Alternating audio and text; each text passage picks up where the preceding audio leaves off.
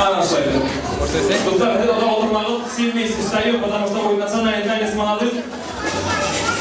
Oylarının kıllarına şunu kiyirege teş muandar.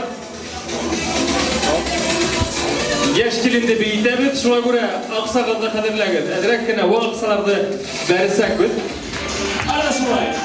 Ve yumuşak ve aksalı taşlar gidilir. İdegide ana şurayı. Birleşip yine beyin ilerleyir. Beyin tarafı gelir. Yine sınıf beyin maksadında bereket tutar. Ana şurayı hop.